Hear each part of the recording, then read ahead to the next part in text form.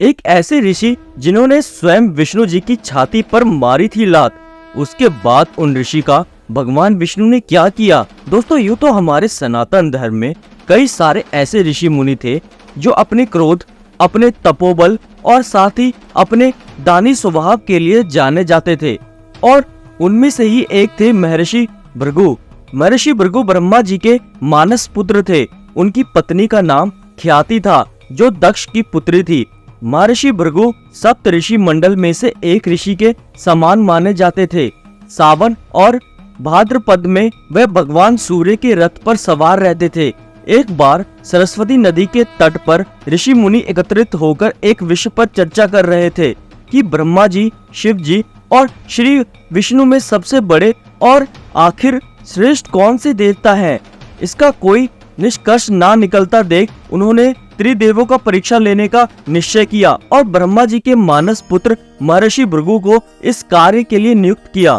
महर्षि भृगु सर्वप्रथम ब्रह्मा जी के पास गए। उन्होंने ना तो उनको प्रणाम किया और ना ही उनकी स्तुति की। यह देखकर ब्रह्मा जी अत्यंत क्रोधित हो गए। क्रोध की अधिकता से उनका मुख भी लाल हो गया, लेकिन फिर यह सोचकर महर्षि उनके ही पुत्र है, उन्होंने हृदय में उठे क्रोध को विवेक बुद्धि में दबा लिया। और फिर महर्षि भृगु को समझ आ ही गया कि ब्रह्मा जी ने तो क्रोध किया है, इसलिए वह श्रेष्ठ तो नहीं हो सकते। वहां से महर्षि भृगु कैलाश की ओर गए। देवों के देव महादेव ने देखा कि ऋषि भृगु आ रहे हैं, तो वह प्रसन्न होकर अपने आसन से उठे और उनका स्वागत करने के लिए अपनी भुजाएं फैला दी। किंतु उनकी परीक्षा लेने के लिए महर्षि भृगु उनका स्वागत को अस्वीकार करते हुए बोले, हे महादेव, आप सदा वेदों और धर्म की मर्यादा का उल्लंघन करते हैं। दुष्टों और पापियों को आप जो वरदान देते हैं उनसे सृष्टि पर भयंकर संकट आ जाता है। इसलिए मैं आपका ये स्वागत करने वाला, जो आप भुजाएं फैला के मुझे स्वागत कर रहे हो, मैं उसे अस्वीकार करता हूँ। उनकी बात सुनकर देवादिदेव भगवान महादेव क्रोधित हो गए और तिलमिला उठे। उन्होंने जैसे ही अपना त्रिशूल उठाकर उन्हें मारना चाहा, वैसे भगवती सती ने बहुत ही अनुनय विनय करके किसी प्रकार से उनका क्रोध शांत कर दिया। कहते हैं ना दोस्तों, भगवान शिव जी की बहुत जल्द ही क्रोधित हो जाते हैं और बहुत जल्द ही प्रसन्न भी हो जाते हैं।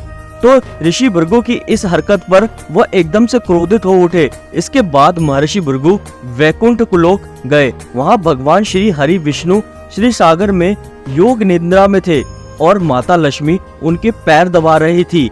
महर्षि भृगु ने परीक्षा लेने के लिए जाते ही श्री विष्णु की छाती पर लात मारी। भगवान विष्णु शीघ्र ही अपने आसन पर खड़े हुए और उन्हें प्रणाम कर उनके चरणों को सहलाते हुए बोले, भगवान, मेरे कठोर शरीर से आपके पैर में तो चोट नहीं लगी, कृपया इस आसन पर विश्राम कीजिए। मुझे आपका शुभ आगमन का ज्ञान नहीं था, इसलिए मैं आपका स्वागत नहीं कर सका। आपके चरणों का स्पर्श तीर्थों को पवित्र करने वाला है। आपके चरणों के स्पर्श से आज मैं धन्य हो गया हूँ। भगवान विष्णु का यह प्रेम व्यवहार देखकर महर्षि भृगु की आंखों में आंसू आ गए और बहने लगे और भगवान विष्णु से अपने किए पर माफी मांगने लगे। भगवान विष्णु तो महर्षि भृगु को माफ कर देते, लेकिन उनकी पत्नी यानी देवी महालक्ष्मी महर्षि भृगु को अपने किए के लिए माफ नहीं करती और क्रोध में आकर पूरे ब्राह्मण समाज को ये श्राप दे देती है कि उनके वंश खानदान में मेरा अर्थात लक्ष्मी का वास नहीं होगा और वह दरिद्र बनकर इधर उधर भटकते रहेंगे और उन्हें केवल परिश्रम करने से ही धन मिलेगा। उसके बाद वह ऋषि मुनियों के पास वापस लौटे और ब्रह्मा जी, शिव जी और श्री विष्णु के यहाँ के सभा का अनुभव विस्तार से बताया। उनके अनुभव सुनकर सभी ऋषि मुनि बड़े हैरान हुए और उनके सभी तरह के संदेह भी दूर हो गए। तभी से वे भगवान विष्णु को सर्वश्रेष्ठ मानकर उनकी पूजा अर्चना करने लगे।